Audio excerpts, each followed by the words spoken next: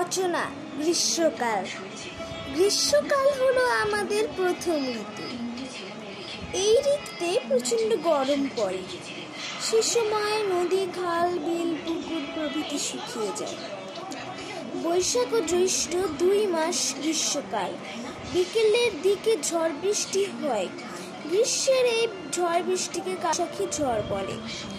আমাদের দেশ কৃষি প্রধান দেশ, তাই গ্রীষ্মকালে বৃষ্টির অপেক্ষায় থাকে।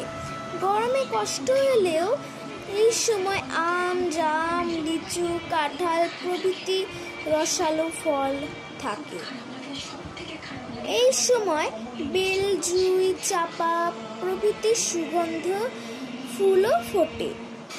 গ্রীষ্মকালের গরমে মানুষের কষ্ট হলেও এর মধ্যে নববর্ষ, জামাই ষষ্ঠী, রবীন্দ্রনাথের জন্মদিন মানুষের মনে এনে দেয় আনন্দের অনুভূতি।